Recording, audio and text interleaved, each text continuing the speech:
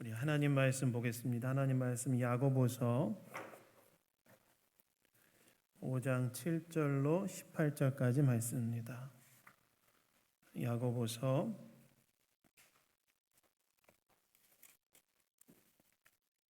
5장 7절로 18절까지 말씀입니다. 다 찾으셨으면 저와 교독하도록 하겠습니다. 그러므로 형제들아, 주께서 강림하시기까지 길이 참으라. 보라, 농부가 땅에서 나는 귀한 열매를 바라고 길이 참아 이른 비와 늦은 비를 기다리나니,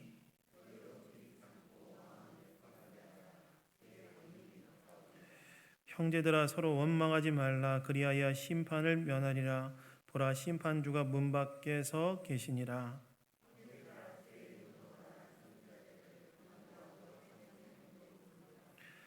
보라, 인내하는 자를 우리가 복되다 하나니, 너희가 욥의 인내를 들었고 주께서 주신 결말을 보았거니와 주는 가장 자비하시고 긍휼히 여기시는 이시니라.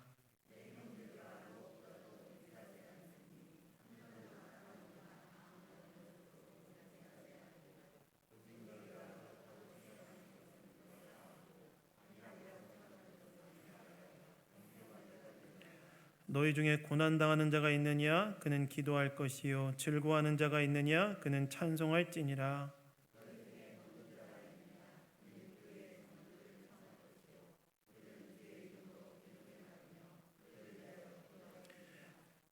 믿음의 기도는 병든 자를 구원하리니 주께서 그를 일으키시리라. 혹시 죄를 범하였을지라도 사하심을 받으리라.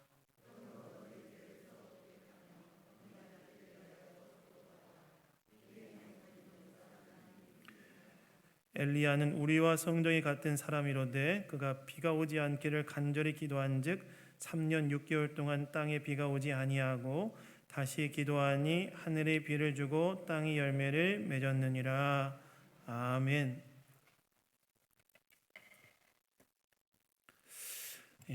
다양한 고난의 현실 앞에서라는 제목으로 하나님 말씀 나누기 원합니다.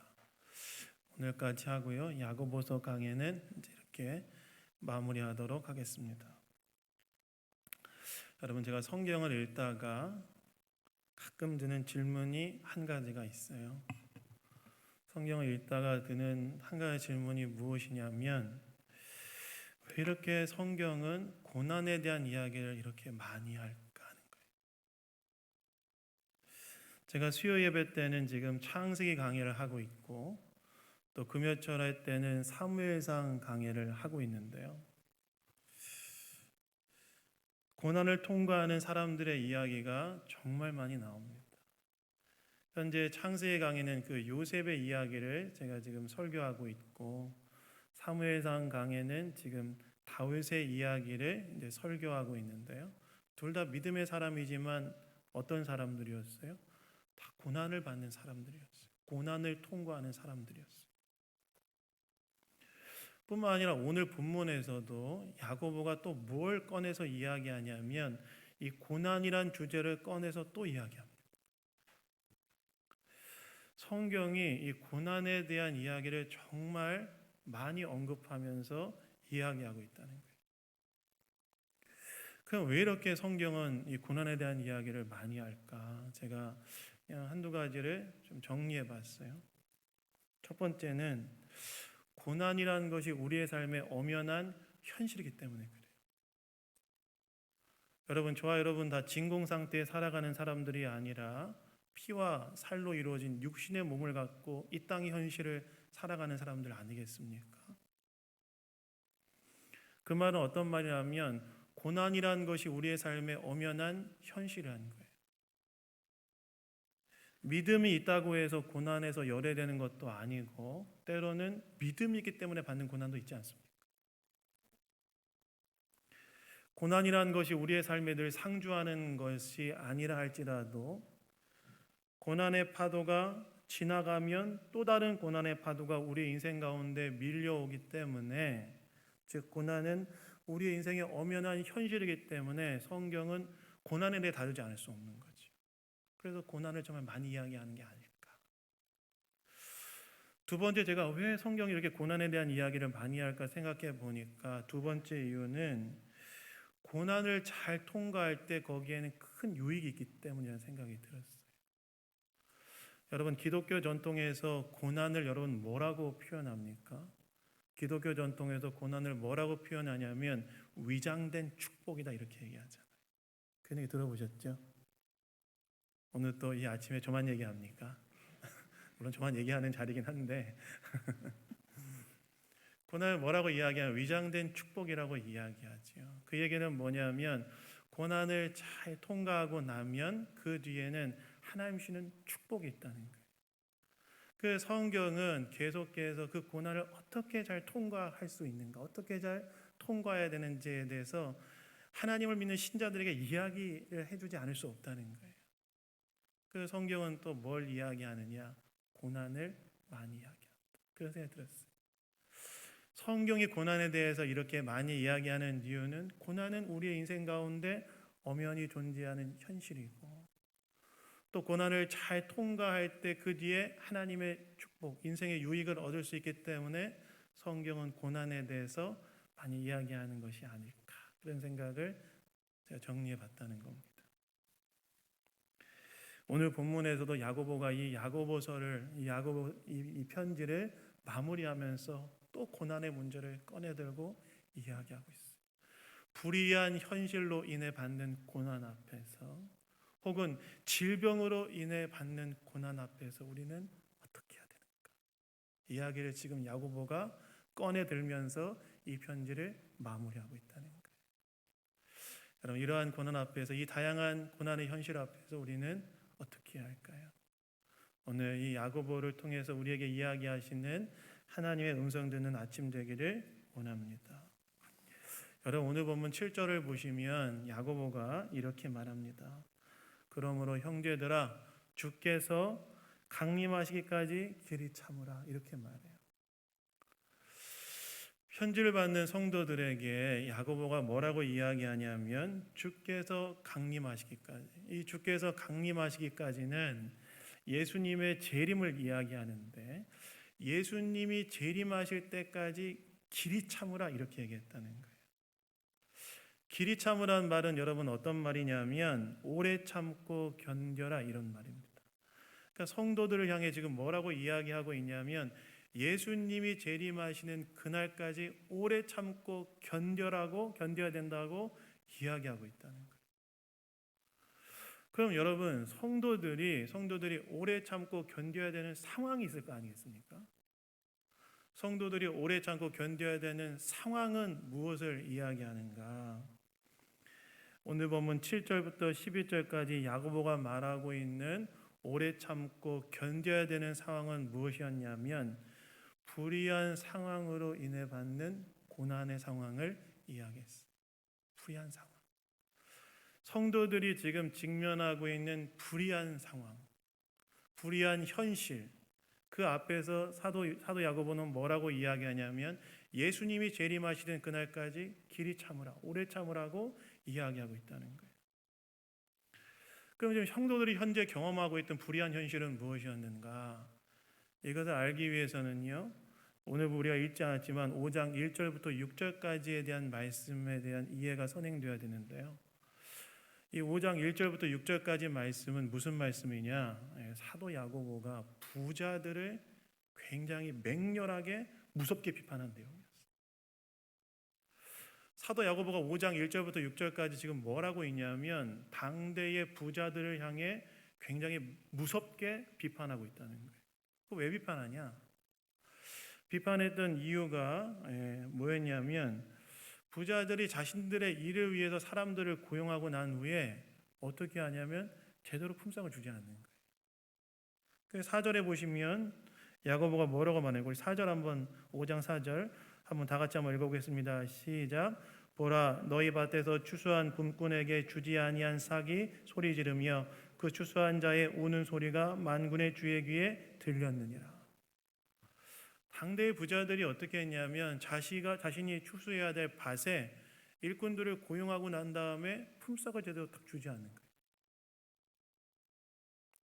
특별히 여러분 이때 고용된 사람들은 어떤 사람들이었느냐? 대부분 일용직 노동자들이에요. 하루 벌어 하루 먹고 사는 사람. 그러니까 그들에게 제대로 된 품삯이 제공되지 않으니까 이 사람들이 어떻게 된 거예요? 먹고 사는 문제가 막막해지는 거예요. 그리고 부자들이 어떤 일을 행했냐면 6절에 보시면 이렇게 나와 있죠. 너희는 의인을 정죄하고 죽였으나 이렇게 나와 있는데, 이 말씀은 어떤 말씀이냐면 이런 상황 가운데 품꾼들이 저항하지 못하도록 그들 중에 일부를 재판정에 세워놓고 죄를 뒤집어 씌우고 억울하게 죽게 하는 일을 벌였다는 거예요. 이것에 대해서 지금 야고보가 매섭게 비판합니다. 근데 여러분, 초대교회 신자들 대부분 어떤 사람들이었을까요?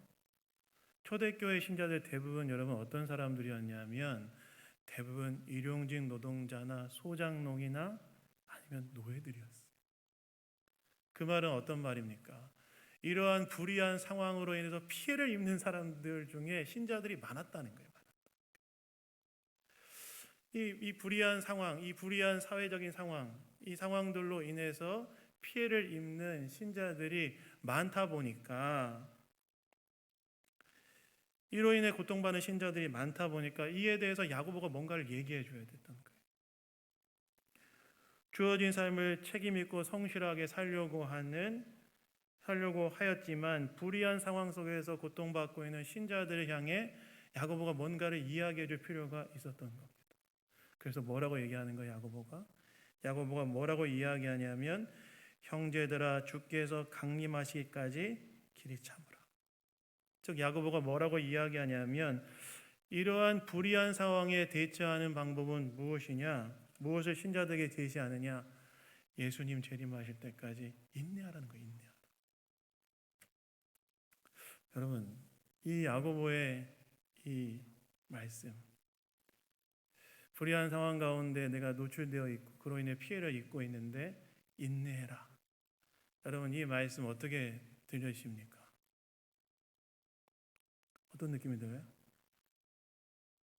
자, 객관식으로 내겠습니다. 1번, 나이스하다. 2번, 불편하다. 3번, 괜찮다. 오늘 3번까지 나갔네요. 뭘까요? 좀 사실 너무 불편했어요. 이 불의한 현실 상황 속에서 야고보가 왜 그걸 개선하고 고칠 생각을 해야지 왜 인내하라고 하는가? 근데 여러분, 여기서 말하는 인내는요, 아무것도 하지 말고 그저 견디라는 그런 말은 아닙니다. 왜냐하면 그 다음에 야고보가 뭐라고 말합니까? 이렇게 얘기해요. 보라, 농부가 땅에서 나는 귀한 열매를 바라고 길이 참아 이른 비와 늦은 비를 기다리나니, 이렇게 이야기하지 않습니까? 농부가 어떻게 한다는 거예요? 귀한 열매를 거둘 때까지 인내심을 갖고 이른 비와 늦은 비를 기다린다는 거예요. 이 말은 어떤 말이냐면, 여러분, 이스라엘 백성들은 파종을 언제 하는지 아십니까? 파종을 언제 하냐면 가을에 딱 파종을 합니다. 가을에 파종을 하고 난 다음에 농부들이 뭘 기다리냐면 10월에서 11월 사이에 오는 이른 비를 기다려요. 왜냐하면 비가 내려야 싹이 나니까. 그리고 난 다음에 추수하기 직전이었던 4월쯤에 또 어떤 비를 기다리냐면 늦은 비를 기다려요. 왜냐하면 그 늦은 비가 와야 많은 소출을 거둘 수 있으니까. 근데 여러분, 이 비를 내리는 것 농부가 할 수 있을까요? 없을까요? 비를 내리는 건 농부가 할 수 없는 거예요. 그래서 인내심을 갖고 기다려야 됐습니다. 근데 여러분, 그렇다고 해서 농부가 그 사이에 아무것도 안 합니까? 비를 기다리긴 하지만 그 사이에 뭘 하죠? 여러분, 농사 지어본 분 계세요? 집이 시골 출신입니다. 다들 다 도시이시군요. 네. 뭘 할까요? 새도 쫓고 잡초도 뽑고 거름도 주고 농부가 해야 될 일을 하지 않습니까? 불의한 현실을 바꾸기 위해서 우리가 해야 될 일은 있다는 거예요. 그러나 우리의 힘으로 할 수 없는 인내해야 할 영역이 있다는 거예요. 할 수 없는 게 있다는 거예요. 기다려야 할 영역이 있다는 거예요. 아무리 인간이 노력한다 할지라도 이 땅의 불의한 현실을 완전히 바꿀 수 없고 기다려야 될 부분이 있다는 거예요. 그때가 언제냐? 이 불의한 현실을 완전히 바꾸어낼 수 있는 때가 언제냐?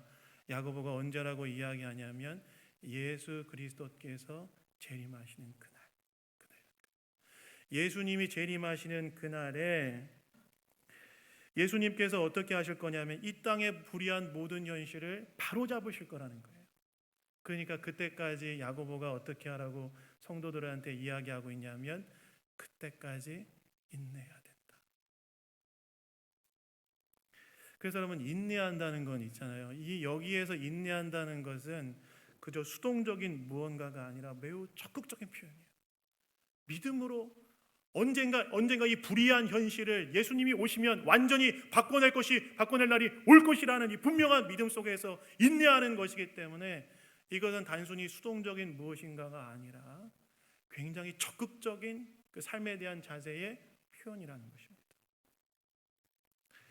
그래서 여러분 때로 저와 여러분이 때로 불의한 현실 앞에 딱 놓일 때가 있지 않습니까? 불의한 현실 앞에 딱 놓일 때가 있을 때 우리가 첫 번째로 딱 생각해야 될 삶의 자세는 무엇이냐? 예수님이 반드시 재림하실 텐데 예수님이 반드시 재림하신 그날에 오늘 내가 겪고 있는 이 불의한 현실을 의롭게 바꿀 날이 반드시 올 것이다. 그 믿음으로 인내하고 견디고 통과해야 된다.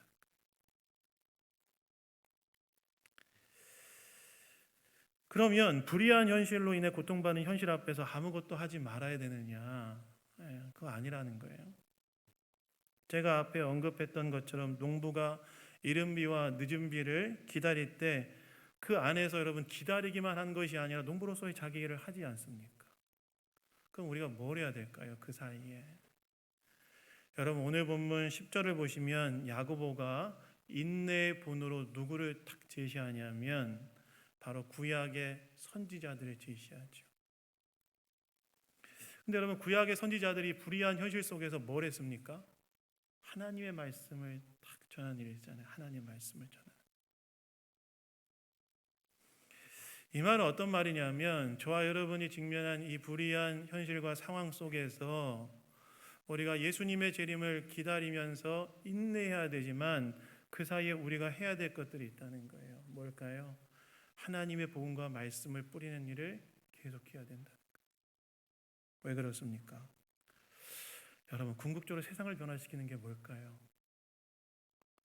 여러분 궁극적으로 세상을 변화시키는 것은 여러분 물론 제도를 우리가 바꿔내야 될 부분도 있겠지만 궁극적으로 세상을 변화시키는 것은 무엇이냐면 제도를 바꾼다고 세상이 딱 변화되진 않아요. 왜일까요? 사람이 바뀌어야 되거든요.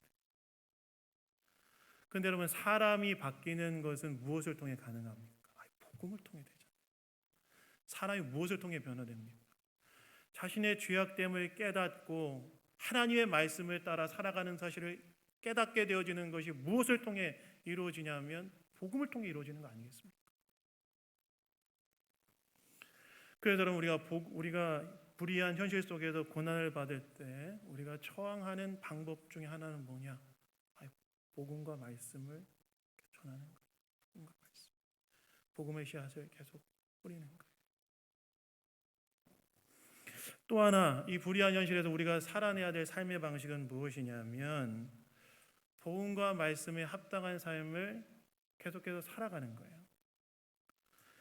복음과 말씀으로 현실을 분별하여 그에 합당한 삶을 계속해서 살아가야 한다는 거예요. 그러면 그렇게 살다가 하나님께서 세상을 조금 더 이롭게 하는 데 있어 나를 사용하고자 하실 때 그때 내가 나를 내어드리면 된다는 거예요. 여러분 혹시 어메이징 그레이스라는 영화를 아십니까? 없으시죠? 어메이징 그레이스라는 영화 보신 분 없으시죠? 제가 참 경건하지 않은가 이런 질문 제 스스로에 들 때가 참 많아요. 근데 한번 꼭 보세요. 그 영화는. 이 영화는 어떤 영화냐면 그 영국의 노예 제도를 철폐하는 데 있어서 결정적인 역할을 했던 그 윌리엄 윌버포스의 일대기를 다룬 영화예요. 미국에서는 여러분 노예 제도를 철폐하기 위해 어떻게 했습니까? 미국의 노예 제도를 철폐하면 남북 전쟁이 일어났잖아요. 피 흘림을 통해서 노예 제도가 철폐됐어요. 근데 영국은 놀랍게도 여러분 노예 제도가 제도적으로 철폐됐어요. 근데 이 제도적으로 철폐되는 데 있어서 결정적인 기여를 했던 사람이 누구였냐면 이 윌리엄 윌버포스라는 사람이었습니다. 이 사람은 24살에 영국의 하원 의원이 됐고, 저는 24살에 군대에 있었는데 참 이 사람은 대단해요. 그 다음에 25살에 이 사람이 회심을 합니다. 예수님 믿게 돼요. 근데 이 사람에게 결정적인 영향을 미쳤던 사람이 누구였냐면 존 뉴턴이라는 사람이었는데, 여러분 이 사람 누군지 아세요? 존 뉴턴? 여러분 잘하는 사람입니다. 너무너무 잘하는 사람이에요. 누굴까요? 예?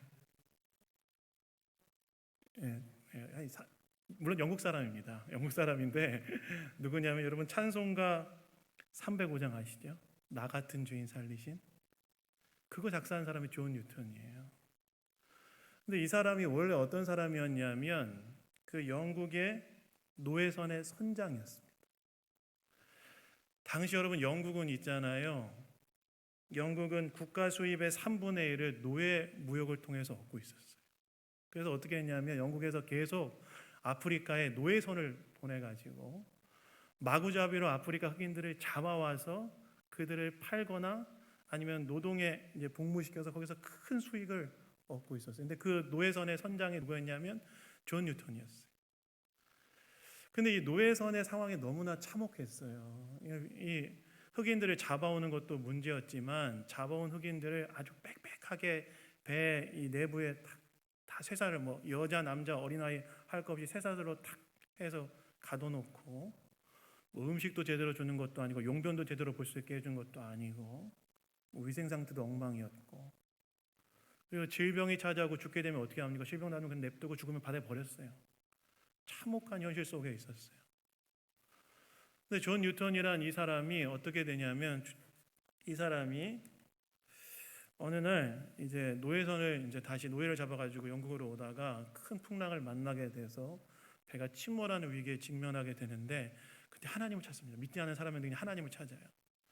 근데 기적적으로 그 배가 침몰하지 않고 영국에 도착하게 되고 이 존 뉴턴이 그때 거기에서 회심을 하게 되고 자신이 그동안 살아왔던 삶이 잘못되었다는 사실을 깨닫게 됩니다. 그리고 목사로 헌신하거든요. 근데 이 목사로 헌신했던 존 뉴턴한테 누가 영향을 받게 되냐면 윌리엄 윌버포스가 영향을 탁 받게 돼요. 그리고 존 뉴턴을 통해서 당시 영국의 이 노예제도의 참혹한 현실에 대해서 듣게 됩니다. 그리고 하원 의원으로서 본인이 뭘 뜻을 세우냐면 내가 영국의 노예제도를 철폐해야 되겠다. 내가 하나님을 믿는 신앙인으로서 하나님의 존엄한 형상인 인간이 이렇게 비인간적인 대우를 받는 것에 대해서 내가 참을 수가 없다. 그래서 노예제도를 철폐하기 위해 뜻을 탁 세웁니다. 그리고 나서 이 일을 위해 헌신하는데, 여러분 윌리엄 윌버포스가 이 영국의 노예제도를 철폐하기 위해 몇 년 헌신했는지 아세요? 다 객관식을 낼게요 다시. 1번 1년, 2번 10년, 3번 50년, 몇 번일까요? 그죠, 50년이었어요. 50년 동안 하시죠.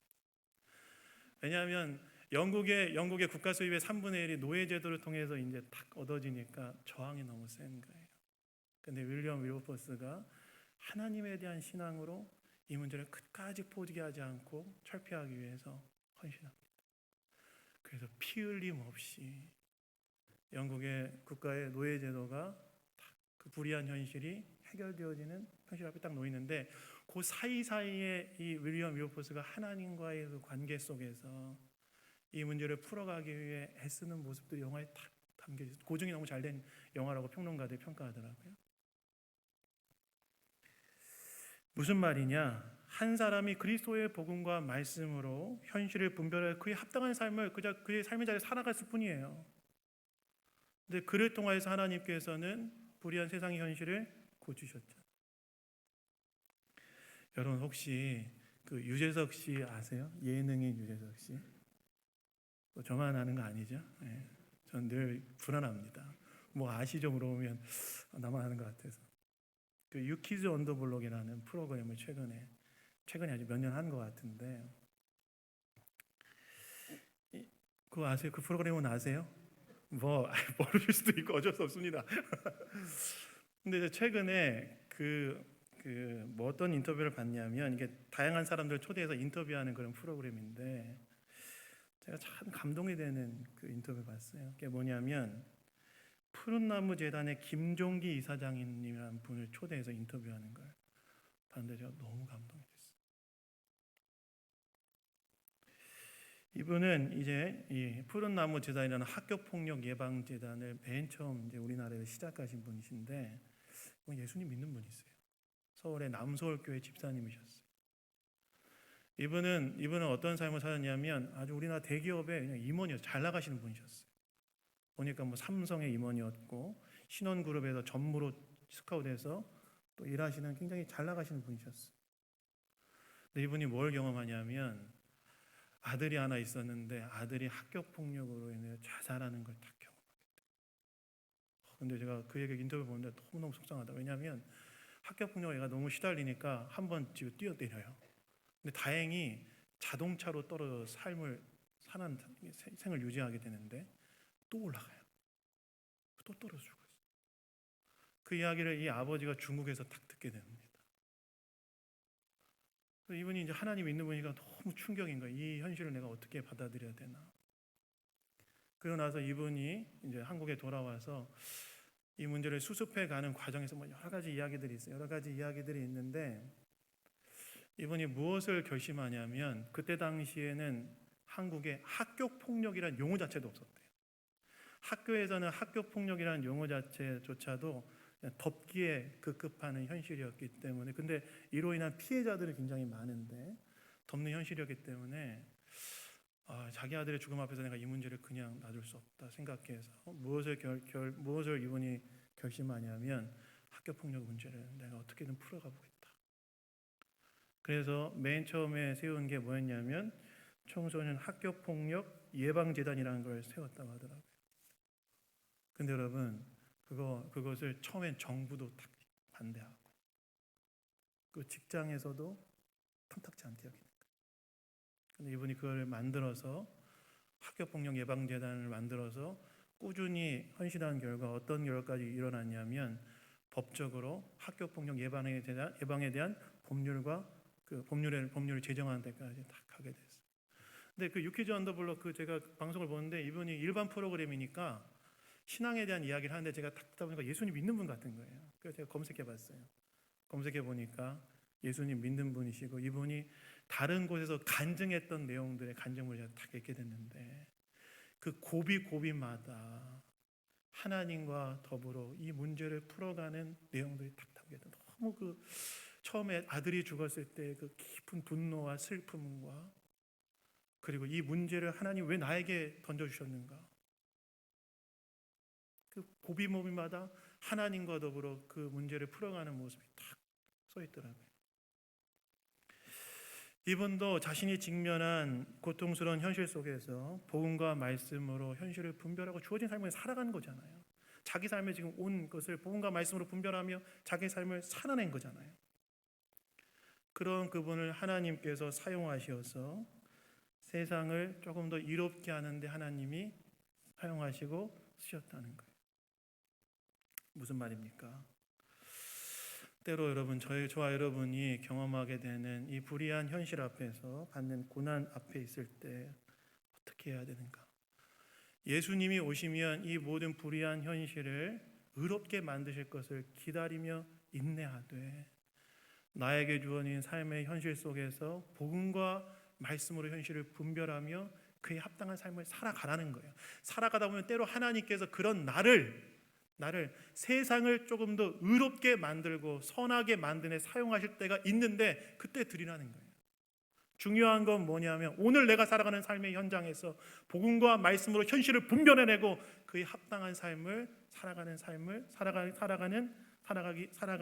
한다는 것입니다.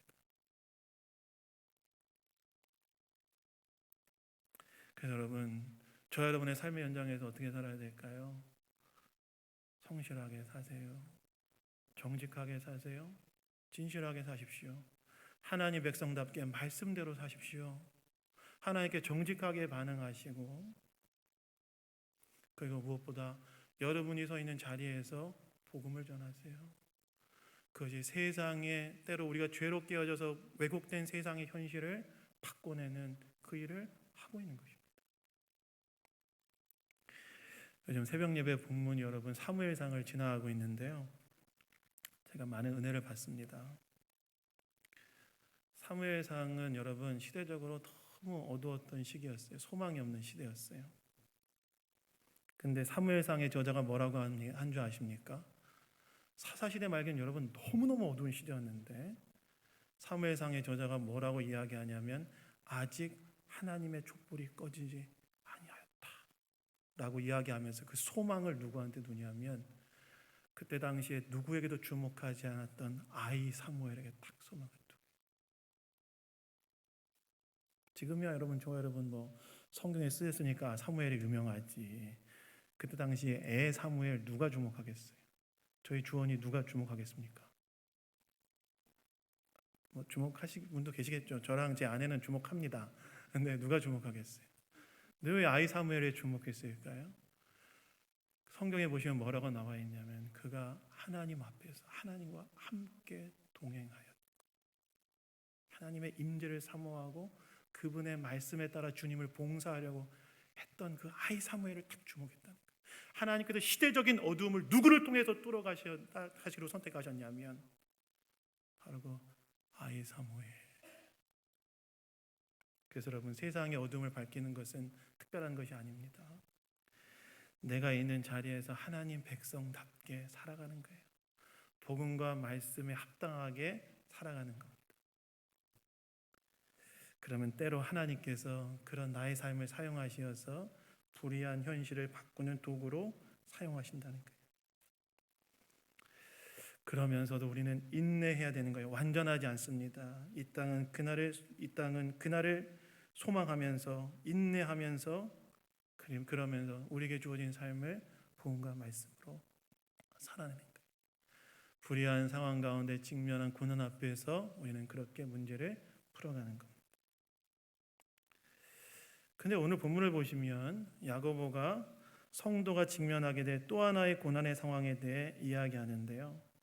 어떤 고난입니까? 질병으로 인한 고난의 또 얘기예요. 질병으로. 금방 끝낼게요. 이거는 금방, 제가 너무 길게 한 것 같아가지고 마음에 근심을 내려놓으시고 그래서 14절부터 18절까지 질병의 고난의 상황에서 야고보가 성도들을 향해 어떻게 이야기합니까? 14절에 보면 이렇게 얘기하죠. 너희 중에 병든 자가 있느냐? 그는 교회의 장로들을 청할 것이요 그들은 주의 이름으로 기름을 바르며 그를 위하여 기도할지니라. 질병으로 인해 고통받고 있는 성도들을 향해 야고보가 뭐라고 이야기하냐면 교회 장로들을 청하라는 거예요. 교회 장로들은 누구입니까? 교회 영적 지도자들이지요. 그들을 청하라는 거예요. 그러면 청함을 받은 장로들은 무엇을 해야 된다고 말하냐면 주의 이름으로 기도해야 된다고 이야기합니다. 그런데 여러분, 교회 장로들을 청하라는 말은 장로님들에게만 기도 부탁을 하라는 말이 아니라 교회 장로들은 교회의 대표성을 띈 사람들 아니겠습니까? 교회 전체의 이 질병의 문제에 대한 기도 부탁을 하라는 거예요. 질병으로 인해 내가 고통받고 있을 때, 고난 가운데 있을 때 그냥 나 혼자 끙끙 앓지 말고 교회에 기도 부탁을 하라는 거예요. 질병으로 인한 고난의 문제는 어떻게 풀어야 된다고 지금 야고보가 이야기하냐면 교회에 기도 부탁을 해라, 이 이야기를 하는 겁니다. 그러면 어떻게 된다고 말합니까? 15절에 보시면 믿음의 기도는 병든 자를 구원하리라 이렇게 얘기하잖아요. 여러분, 이 말은 어떤 말이냐면 특정한 누군가의 기도에 능력이 있다는 말이 아니라 이 말은 오히려 기도를 받으시는 예수님께서 질병을 치료하시는 능력이 있다는 그 믿음으로 드리는 기도를 말해요. 초점이 사람에게 있는 것이 아니라 하나님, 예수님께 있는 거예요. 예수님께서는 사람의 질병을 치료하시는 능력이 있는 분이시라는 거예요. 그래서 여러분, 야고보가 누구를 예로 들었습니까? 엘리야를 예로 들잖아요. 엘리야가 뭐라고? 엘리야 어떤 사람이에요? 우리와 성정이 똑같은 사람이다.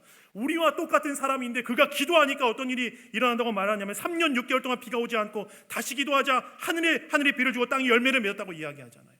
우리와 똑같은 평범한 사람이었는데 그가 기도하자 비도 안 내리고 다시 기도하자 비가 내리는 그런 일이 일어났다고 이야기하지 않습니까? 그 질병으로 인한 고난 가운데 내가 놓여 있을 때 그거 어떻게 풀어야 되느냐? 교회에 기도 부탁을 하라는 거예요. 그러면 사람에게 능력이 아니라 그 기도를 받으시는 주님이 능력이 있는 분이시기 때문에 그 기도를 사용하셔서 질병을 치료하시는 일을 하나님이 하실 수 있다. 이거를 지금 얘기하고 있는 거예요. 그래서 여러분, 질병으로 인한 고난 가운데 있을 때 여러분 혼자 끙끙 앓지 마십시오. 복장 식구들한테 기도 부탁하시고 교회 식구들한테 기도 부탁하세요. 교회 왜 있습니까? 서로의 짐을 함께 져주기 위해 있는 거 아니겠습니까? 그래서 기도 부탁하세요. 저도 저한테 누가 아프면 기도 부탁해주면 제가 기도합니다. 새벽에 제가 깜빡하고 기도 못하면 집에 가다가도 기도합니다. 기도합니다. 기도하시니까. 그러면 기도하는 자들의 어떠함 때문이 아니라 기도를 하는 그 사람들은 평범하다 할지라도 기도를 받으시는 주님이 능력이 충만한 분이시기 때문에 그 기도를 사용하셔서 우리를 회복하시는 일을 하신다는 거예요. 그래서 질병으로 인해 고난당할 때 너 어떻게 하라? 기도 부탁해라. 여러분, 제가 최근에 자료를 찾다가 연세대학교 간호대학 교수가 쓴 국립암센터 간호사 이 사람들이 이제 콜라보로 써서 쓴 논문, 연구 논문 하나 발견했는데 논문 제목이 이랬어요. 한번 들어보세요. 기독교인 유방암 환자의 기도 경험이 그의 질병에 미치는 영향에 대한 연구. 이거였더라고요. 참 흥미로운 주제에서 제가 읽어봤는데 논문의 결론이 여러 가지가 있었는데 세 가지로 제가 딱 요약하면 이랬습니다. 첫 번째는 기도 경험을 한 대상자들의 신체적 통증 및 불편감의 감소를 경험했던 결과가 나왔어요. 기도하니까 이런 결과가 있더라. 연구 결과예요. 어떤 신앙 에세이가 아니라. 두 번째는 뭐냐면 기도 경험을 한 대상자들이 세상에 존재하는 사람들이 주는 어떤 지지와도 비교할 수 없을 정도의 마음의 평안을 얻는 경험을 하더라. 이런 결과를 냈고, 세 번째는 기도 경험을 한 사람들이 기도 경험을 통해 인격적 성숙을 경험했다는 결과를 발표합니다. 그래서 자기만을 위해 기도하지 않고 어느 순간에 고통받고 있는 다른 사람을 위해서도 기도하더라. 이런 결과를 연구자들이 발표를 했어요. 그러면서 결론을 어떻게 내냐면 간호사들이 간호중재 시 하나의 방법으로 기도하는 방법을 적극적으로 생각해야 한다. 이런 결과를 냈어요. 질병의 순간에 기도 자체가 주는 긍정적인 효과가 있다는. 근데 여러분, 저와 여러분 뭘 믿어요? 저와 여러분 뭘 믿냐면 하나님의 살아계심을 믿는 사람도 아니겠습니까? 이거는 그저 어떤 객관적인 데이터를 근거로 한 연구 결과에 불과하지만 저와 여러분은 뭘 믿어요? 하나님의 살아계심을 믿는 사람들 아니겠습니까? 그래서 여러분, 질병으로 인한 고난 가운데 있을 때 우리 어떻게 해야 되냐? 혼자 끙끙 앓지 마시고 사람들한테 기도 부탁을 하면서 그 고난을 통과하시는 거예요. 마지막으로는요, 어떤 경우에든 고난은 기도로 통과하는 것이라는 사실을 기억하라는 겁니다. 오늘 본문 13절에 야고보가 이렇게 얘기합니다. 너희 중에 고난자가 있느냐? 그는 기도할 것이요. 기도해라. 기도로 풀어가는 것이다. 여러분, 결국 사람의 신앙은 어떻게 연결어져 갈까요? 기도하는 사람의 신앙이 연결어져 갑니다. 믿음의 사람은 기도의 사람으로 빚어져 가는 거예요. 그래서 여러분, 우리 인생의 다양한 고난의 현실을 기도로 풀어가시고 기도로 덮어가세요. 하나님께서 우리 가운데 역사하실 줄로 믿습니다. 말씀을 맺습니다. 여러분, 불의한 상황으로 인해 받는 고난 앞에서 예수님의 재림을 기대하시고 인내하시고 동시에 삶의 자리에서 복음과 말씀을 따라 철저하게 살아가십시오. 질병으로 인해 받는 고난 앞에서는 주님께 능력이 있다는 믿음으로 교회에 기도를 부탁하세요. 그리고 우리 인생의 어떤 고난 앞에서도 여러분 기도로 헤쳐가시기 바랍니다. 우리 양문의 모든 성도님들이 다양한 고난의 현실 앞에서 믿음으로 기도로 반응하며 고난을 헤쳐나가시는 성도님들 되시기를 예수 그리스도의 이름으로 축원합니다. 잠깐 좀 기도하겠습니다. 하나님 아버지, 감사합니다. 오늘 말씀을 통하여 우리에게 이야기해 주시니 감사합니다. 다양한 고난의 현실 앞에서 우리 양문의 모든 성도님들 믿음으로 기도로 반응하는 성도님들 되게 하시고 고난이 오히려 오히려 우리로 하여금 하나님을 더욱 깊이 신뢰하는 기회가 다 되게 하여 주시옵소서. 모든 것 주님께 감사드리며 예수 그리스도 이름으로 기도드렸습니다. 아멘.